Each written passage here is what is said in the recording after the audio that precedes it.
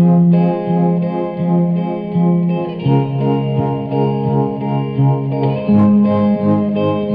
za asubuhi ndugu zangu, najua tena mambo yashakuwa mabaya, unasahau mpaka muda. Karibuni sana waandishi wa habari, kwa niaba ya wafanyakazi wenzangu wa Mwananchi Communications Limited na pia kwa niaba ya viongozi wa tasnia ya habari, tunaye hapa Godfrey Dilunga kutoka jukwaa la wahariri, lakini pia tuna mwenyekiti wa jukwaa la wahariri ndugu yetu Tofili Makunga. Karibuni sana na tunashukuru sana kwa kuungana na sisi leo. Tumekutana hapa kutoa taarifa rasmi kama kampuni kuhusu ndugu yetu Azori Gwanda. Huyu ni mwandishi wa kujitegemea wa kampuni ya Mwananchi Communications Limited ambaye kituo chake cha kazi ni Kibiti Rufiji mkoani Pwani. Alitoweka katika mazingira kutatanisha Novemba 21 mwaka huu baada ya kuchukuliwa na watu wasiojulikana akiwa Kibiti majira ya saa 4 asubuhi. Licha ya juhudi kadhaa ambazo tumezifanya ikiwa ni pamoja na kuripoti polisi, bado Azori hajapatikana wala julikani mahali alipo.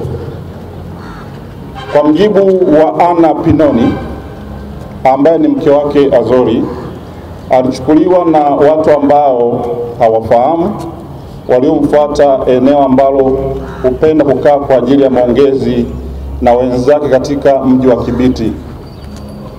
Kwa maelezo ya Ana ambaye ni mkewe, watu hao walikuwa na gari jeupe aina ya Toyota Land Cruiser, walienda naye shambani kumfuata. Walipofika shambani, Azori alimuuliza mkewe mahali zilipo funguo za nyumba yao na kuelekezwa sehemu zinapowekwa siku zote. Baadaye watu hao na Azori wakaondoka na kumwacha mkewe shambani.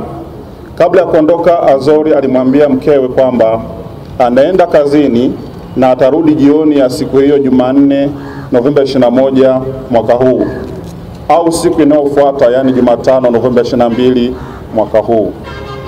Mkewe aliporudi nyumbani alikuta nyumba imefungwa na funguo zikiwa mahali alipoziweka, lakini alipoingia ndani alikuta dalili za kupekuliwa kwa vitu mbalimbali vilikuwa vimerushwa shagalabagala ndani ya nyumba.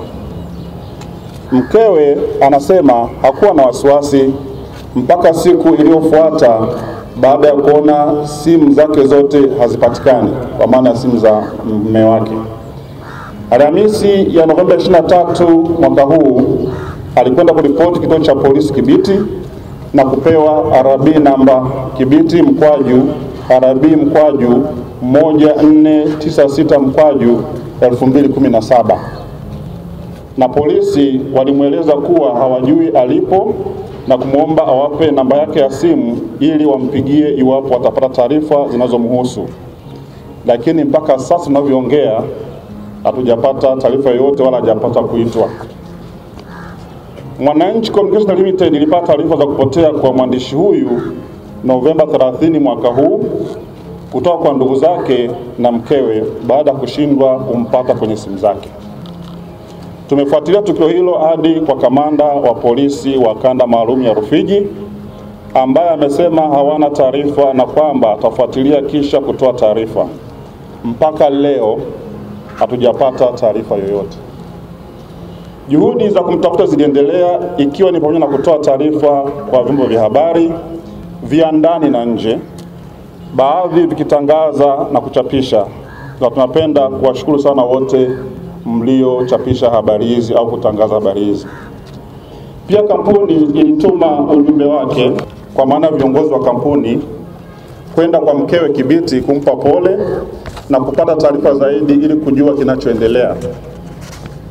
Pamoja na hayo, MCL imeandika barua rasmi kwa waziri wa habari, utamaduni, sanaa na michezo, mkuu wa jeshi la polisi IGP, spika wa bunge la Jamhuri ya Muungano wa Tanzania, jukwaa la wahariri TF, chama cha wamiliki wa vyombo vya habari MOAT, taasisi ya Misatan, baraza la habari Tanzania MCT, Kituo cha Sheria na Haki za Binadamu LHRC na mtandao wa watetezi wa haki za binadamu Tanzania THRDC na wadau wengine kuhusu kupotea kwa mwandishi huyo.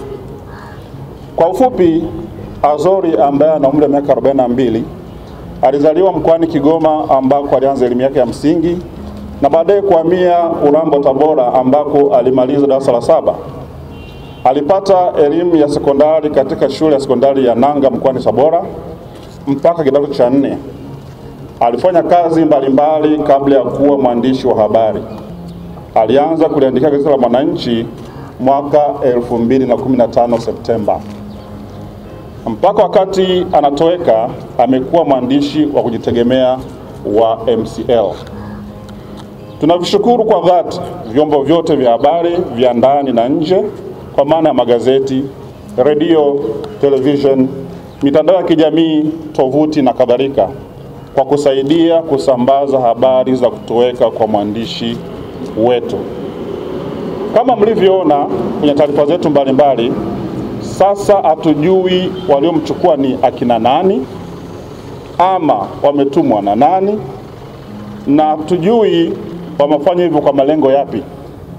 Tunaiomba serikali, vyombo vya ulinzi na usalama vitusaidie kumtafuta ndugu yetu, na kama ameshikiliwa kwa kosa lolote alilofanya, basi aliyemshikilia ampeleke vyombo vya kutoa haki haraka iwezekanavyo ili haki itendeke.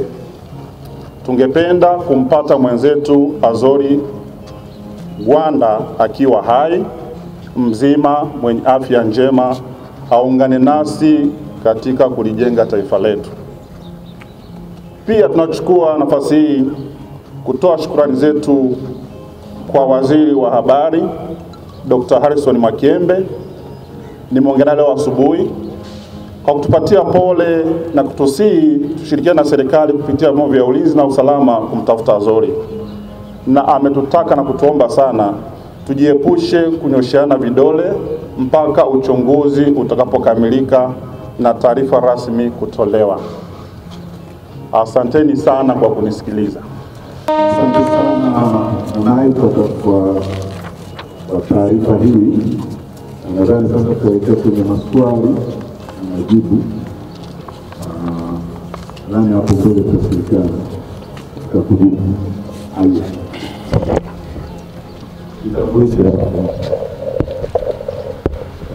Asante sana. Mimi naitwa Fredrick Simwaka kutoka RFI Kiswahili. Kwanza kabisa nitoe pole kwa kampuni ya Mwananchi ili kwa kuongeza kwa ushirikiano ambao mko mkipatia tangu tukio hili lilipotokea, Mr. Machumu na uongozi mzima kwa ujumla. Na maswali madogo mawili. Je, hiki kilichotokea kinatishia uhuru wa gazeti la Mwananchi katika kuripoti hususan habari za uchunguzi? Alafu pili, je, kampuni ya Mwananchi inahisi mwandishi huyu yu hai ama amepoteza maisha? Asante. Mimi naitwa Grace Semfuko, ni mwandishi wa habari wa Star TV. Pengine kutoweka kwake kunatokana na nini? Pengine kwa mnavyofikiria, labda kuna assignments ambazo mlikuwa mmempa labda za habari za uchunguzi, pengine alikuwa akizifuatilia na imepelekea kutoweka kwake. Mimi naitwa Tamimu Adam kutoka Clouds TV. Swali langu ni moja tu, kazi ya mwisho ambayo aliifanya Bwana Azory, pengine ni kazi ipi ama ilikuwa ni story gani? Asante sana waandishi kwa maswali mazuri. Nitakaweza kuyajibu nitajibu, na ambayo yatakuwa ya kiuandishi au kiuhariri zaidi nitawachia wenzangu. Kuhusu swala la uhuru wa mwananchi au uhuru wa uandishi, nafikiri mtakubaliana na mimi kwamba tishio lolote kwa mwandishi, lolote lile, hata kukemea tu, nahisi ni kuingilia uhuru wa chombo cha habari.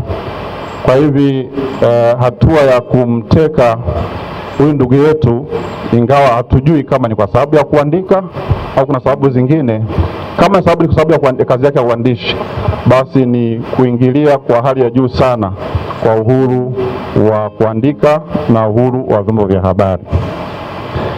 yu hai au ameshapoteza maisha, naomba nisiliseme hilo, vinginevyo nitakuwa tu ninatabiri, na mimi singependa kuwa mtabiri, ila tunamuombea tu tumpate akiwa mzima wa afya ili tuendelee kuchapa kazi pamoja.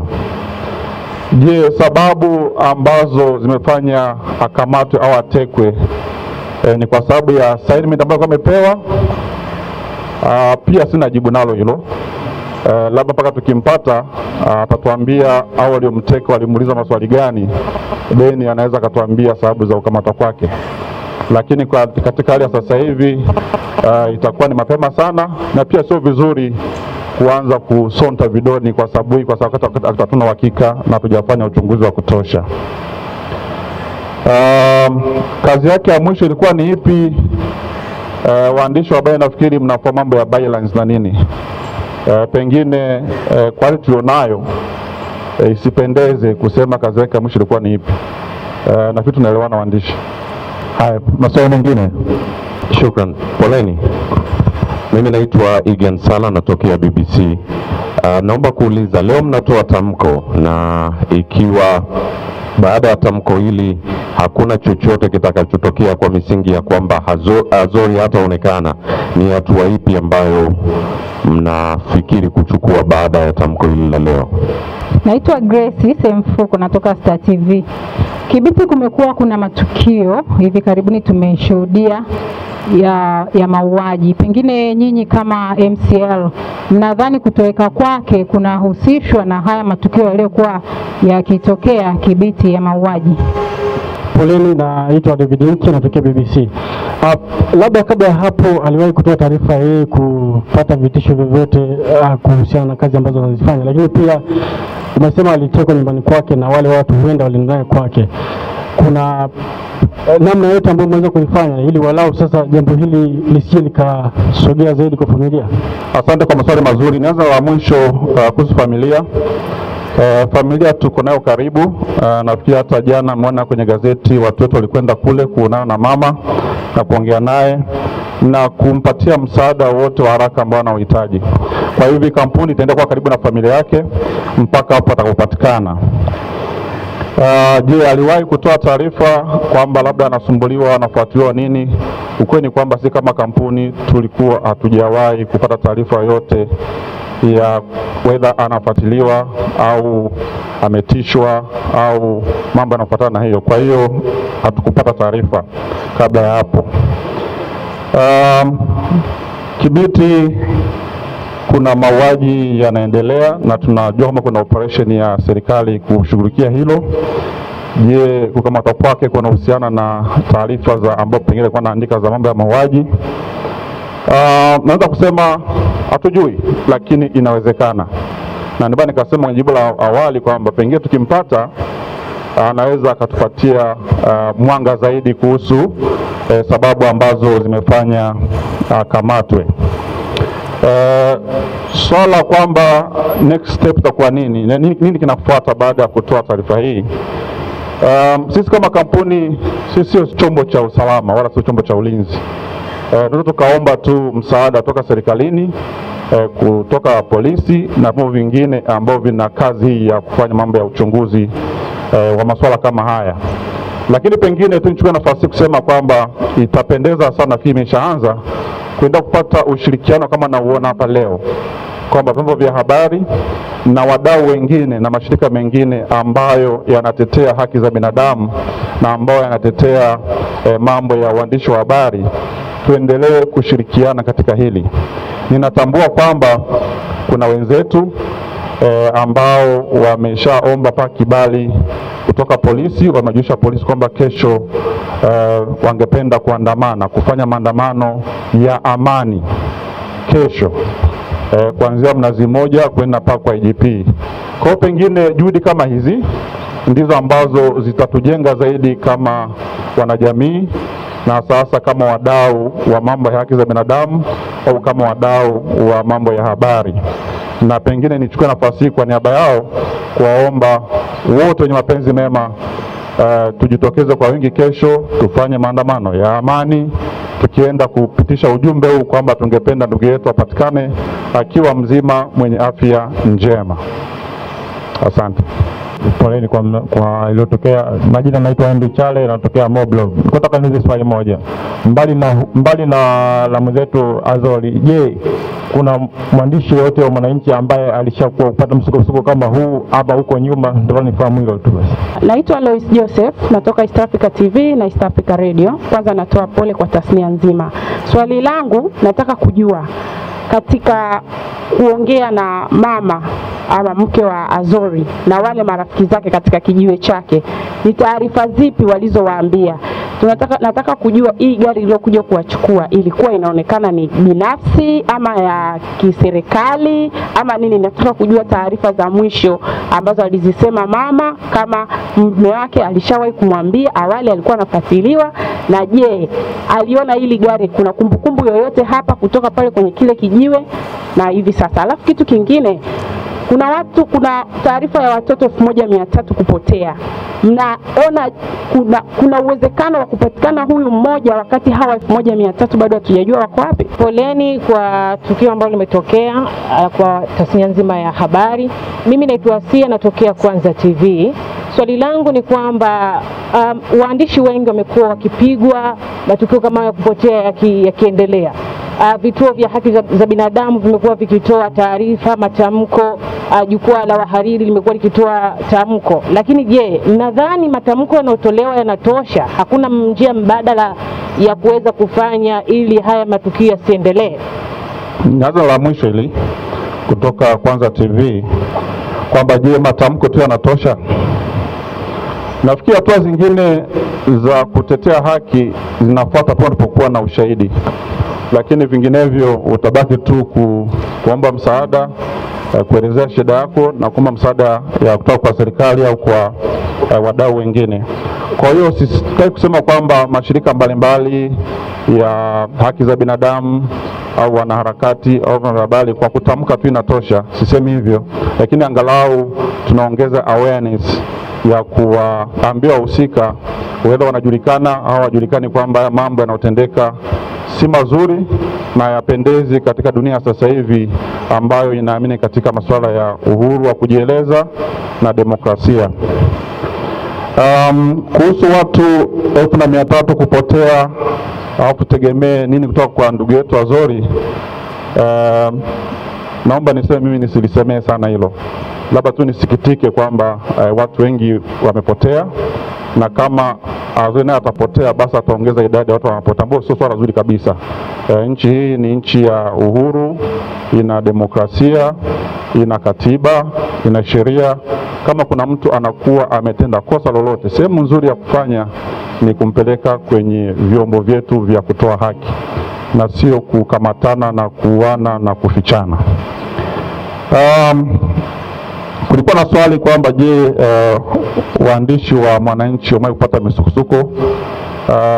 Mtakubaliana na mimi kwamba kazi ya uandishi sio kazi ndogo.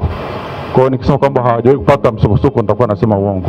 Misukosuko ni mingi sana, lakini na imani ni kutokana na misukosuko hiyo ndio tunajengana zaidi, tunakuwa imara zaidi.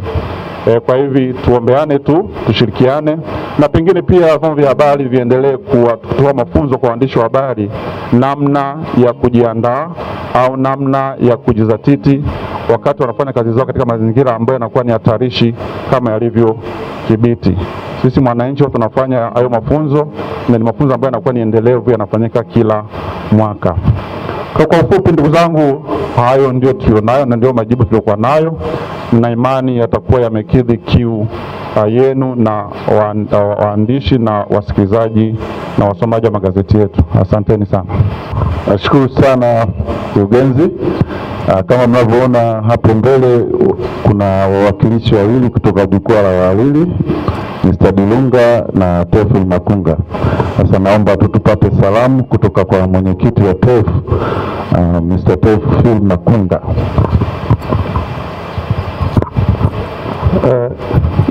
Nashukuru sana MC. Kwa niaba ya jukwaa la wahariri, kwanza tunawapa pole wenzetu wa Mwananchi Communications Limited kwa tukio hilo.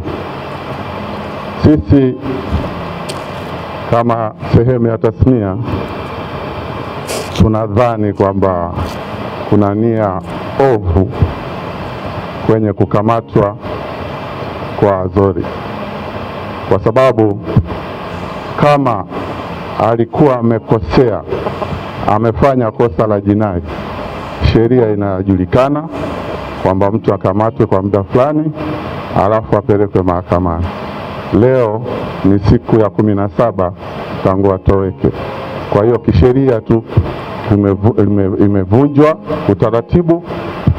Ndio maana nadhani watu wa MCL wameamua kuanza kupiga kelele, kwa sababu kwa utaratibu wa sheria ilitakiwa sasa hivi kama amekamatwa kwa kosa la jinai au amefikishwa kwenye vyombo vinavyohusika.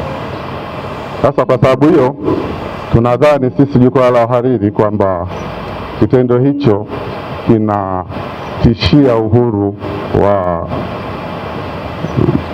uandishi wa habari, uhuru wa vyombo vya habari kufanya kazi zao.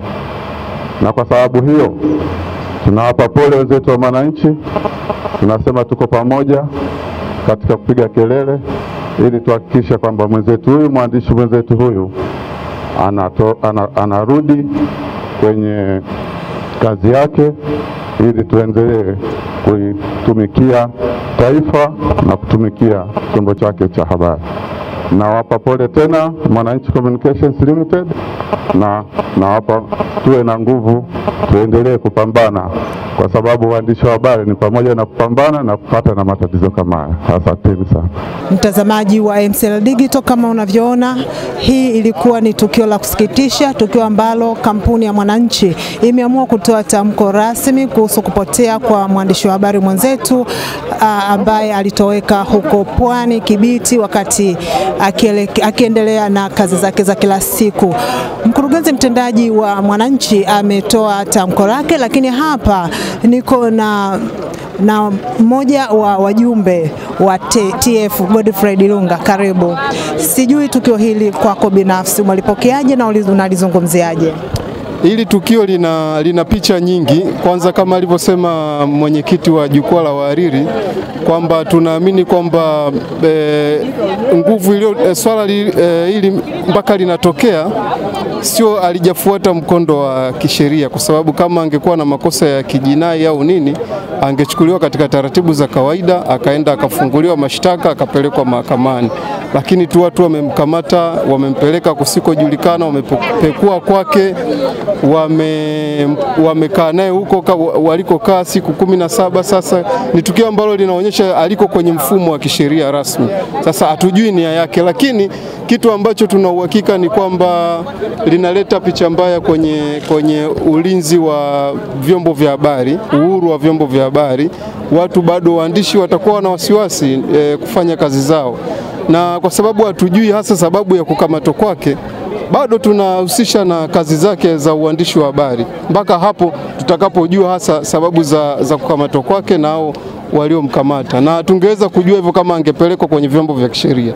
Nini hasa hatima ya uandishi wa habari Tanzania kwa matukio ya aina hii? Nini hatima yetu na unashauri kitu gani hapo?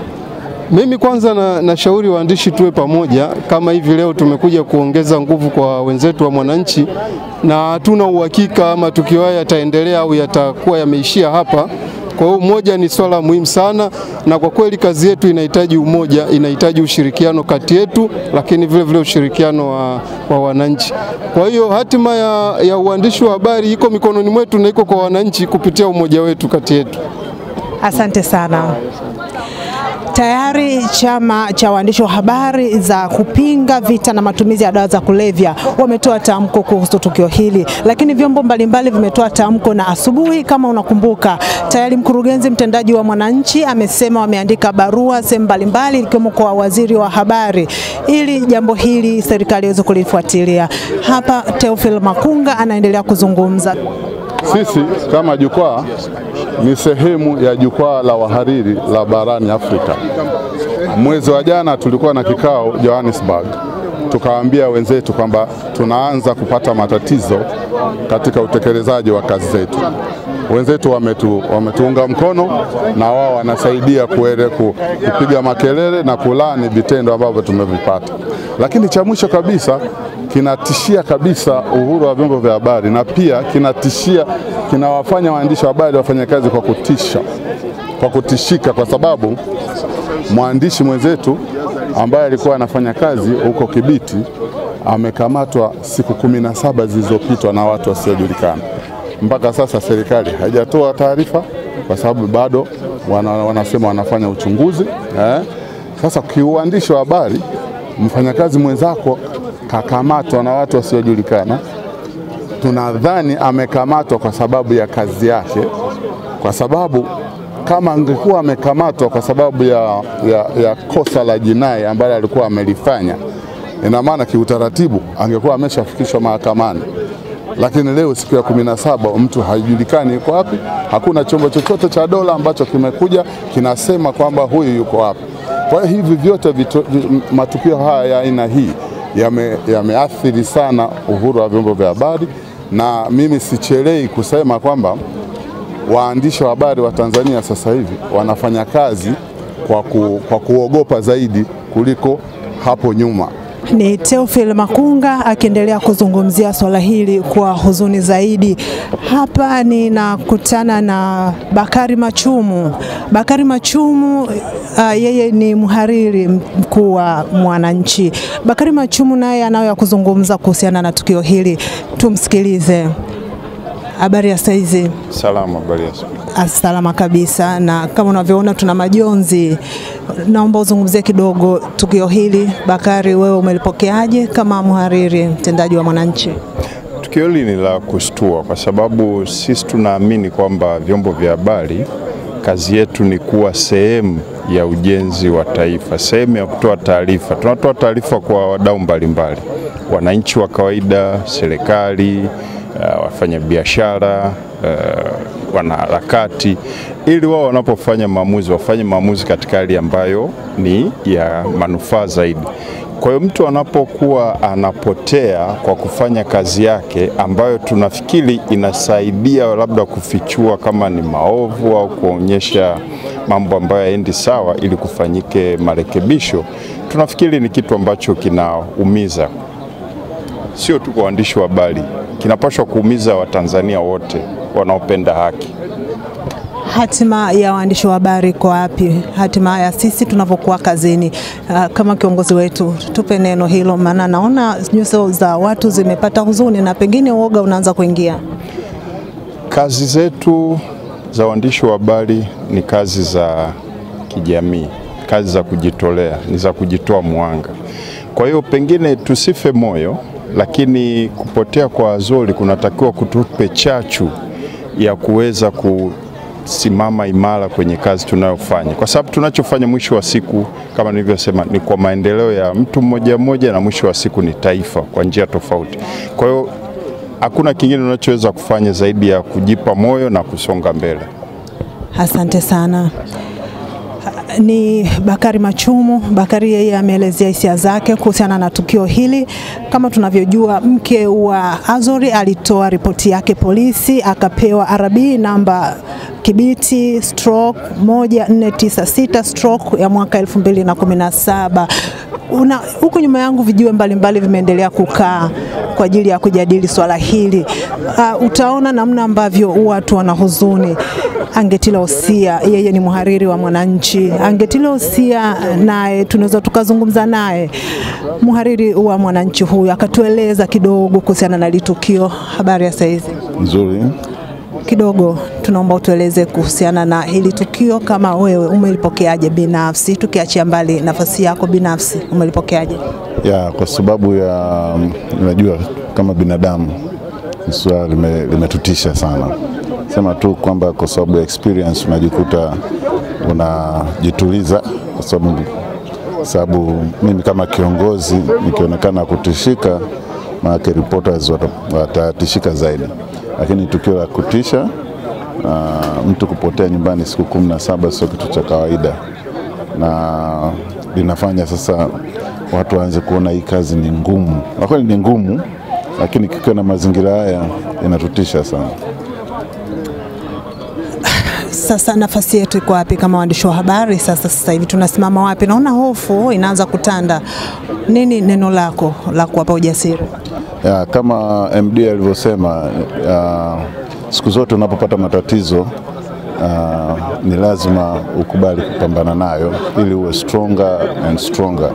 Kwa hiyo tunahitaji mshikamano kama waandishi wa habari, tunahitaji mshikamano kama wadau wa habari na watu wengine wote kupambana na hivi vitendo, kwa sababu sasa vimezidi na vinatishia. Inaonekana sasa sio waandishi tulidhani labda ni viongozi tu huko wa Pwani, lakini sasa kumbe kila mtu yuko hatarini. Hakuna mtu aliye salama katika mazingira haya, na hatutaki tuishi katika nchi ambayo hatuko salama. Ndio maana tunapiga kelele serikali ambayo ndio ina jukumu la kulinda watu na mali zao ifanye sehemu yake ili nchi iwe salama. Asante sana. Tunahitaji umoja kama waandishi wa habari, tunahitaji mshikamano kama waandishi wa habari, tunahitaji umoja kama vyombo vya habari, tunahitaji umoja kama Watanzania. Inasikitisha, inaumiza na kiukweli inasononesha moyo, kwa sababu mmoja wetu anapoondoka tunabaki wapweke, na kwa sasa hivi tuko gizani kwa sababu hatujui mwenzetu ameenda wapi. Kupitia kurasa zake za kijamii, mbunge wa Kigoma mjini Zitto Kabwe, yeye alihoji maswali kadhaa ambayo leo hii mkurugenzi mtendaji wa Mwananchi ameyajibu. Lakini pia vyombo mbalimbali vya kidunia vimeanza kuripoti matukio haya, na kama unavyoona vyombo mbalimbali vya hapa nchini tayari vimeanza kuripoti. Nikumbushe tu kidogo, Novemba 21 asubuhi, watu 4 ambao mke wake aliwashuku wakiwa kwenye gari ya Land Cruiser nyeupe walifika katikati ya mji wa Kibiti, wakamchukua na walienda moja kwa moja mpaka shambani kwake. Walipofika kule walizungumza na mke wake, lakini kilishushwa tu kioo. Azori alisogea pale akaomba funguo na akarudi nyumbani, na baadaye mkewe alienda kuona amepekuliwa. Ni siku ya 17 tangu ametoweka.